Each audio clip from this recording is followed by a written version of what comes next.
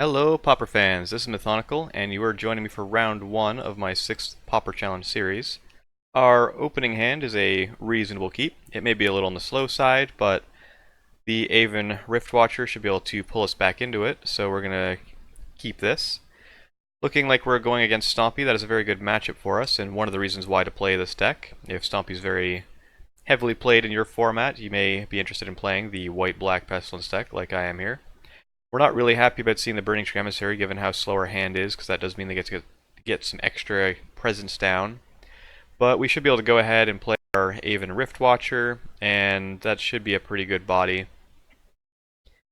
Drawing the Crypt Brass is a rarely good thing for us. It means that we have an earlier board wipe than we would if we had a Pestilence.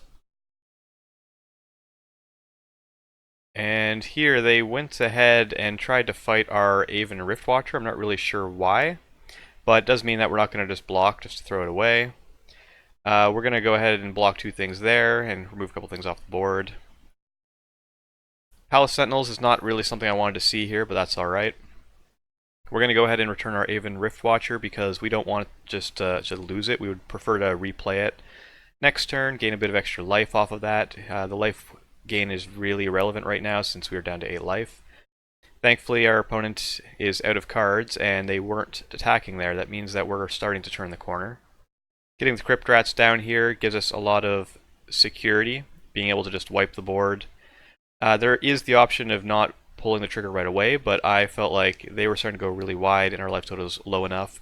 Better to pull it off there, and then we still have 2 blockers for their 2 creatures. We're going to get the Aven Riftwatcher down now, and we've completely stabilized the board. Our opponent probably drew something that wasn't very relevant, and knowing that we've stabilized, they have conceded game 1. So we're going to go ahead and jump into game 2.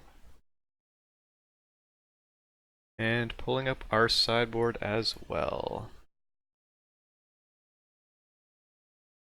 So for this matchup, I do not like to have the Palace Sentinels, especially when they can go wide really fast. So I'm taking those out and bringing in the 2 Coalition Honor Guards. That shuts down a lot of their targeted effects. We're also going to bring out some of the Chainer's Edicts. They're playing a lot of, the Young Wolves. They've got various Eldrazi spawn that they can sacrifice really easily, so I'm not the biggest fan of that, and I'm going to bring in Doomblades instead. I'd rather have a choice of what I'm removing off of the board. And that's about it for this matchup. Just a slightly improved removal and a bit of hate with the Coalition Honor Guards. So we're going to take a look at our opening hand. I'd love to see a Prismatic Strands, a Lone Missionary. Those are 2 of the best cards. So yeah, this is a great keep. We even get to turn 1 Cyclone Ash Barrens. Yeah, no complaints about this hand at all. Turn 1 Quarian Ranger. If I had a removal, I might get rid of it just in case they're stuck on 1 land.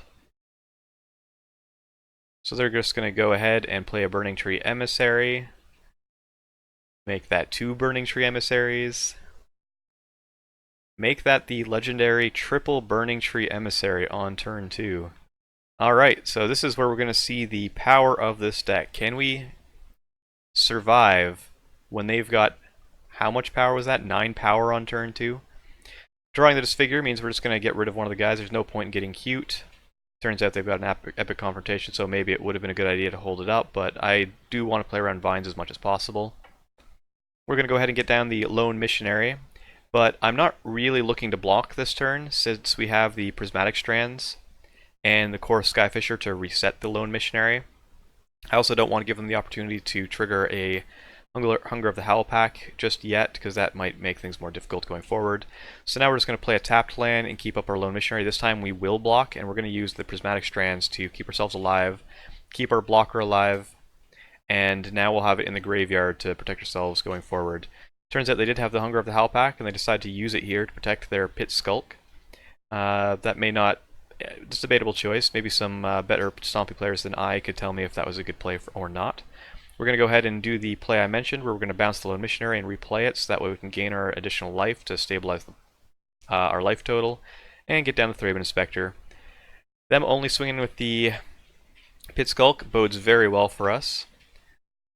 We did draw the Coalition Honor Guard. That's going to be very good for us to play next turn. And I did have the option to Chainer's Edicting there, but I felt like it wasn't the best option. We'd prefer to save that in case we've got some kind of sweeper effect and then just clean up the things after the fact.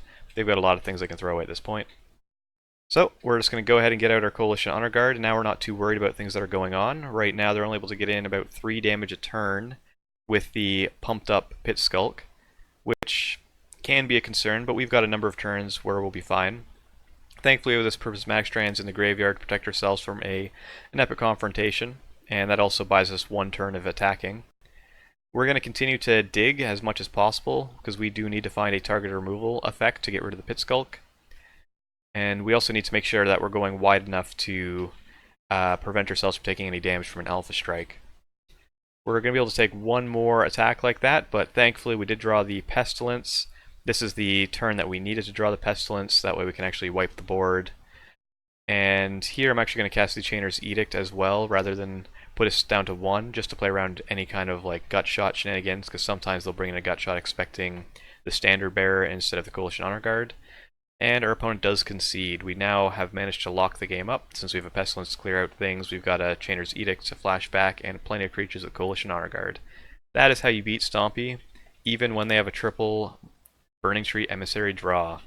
And I will see you guys in round 2.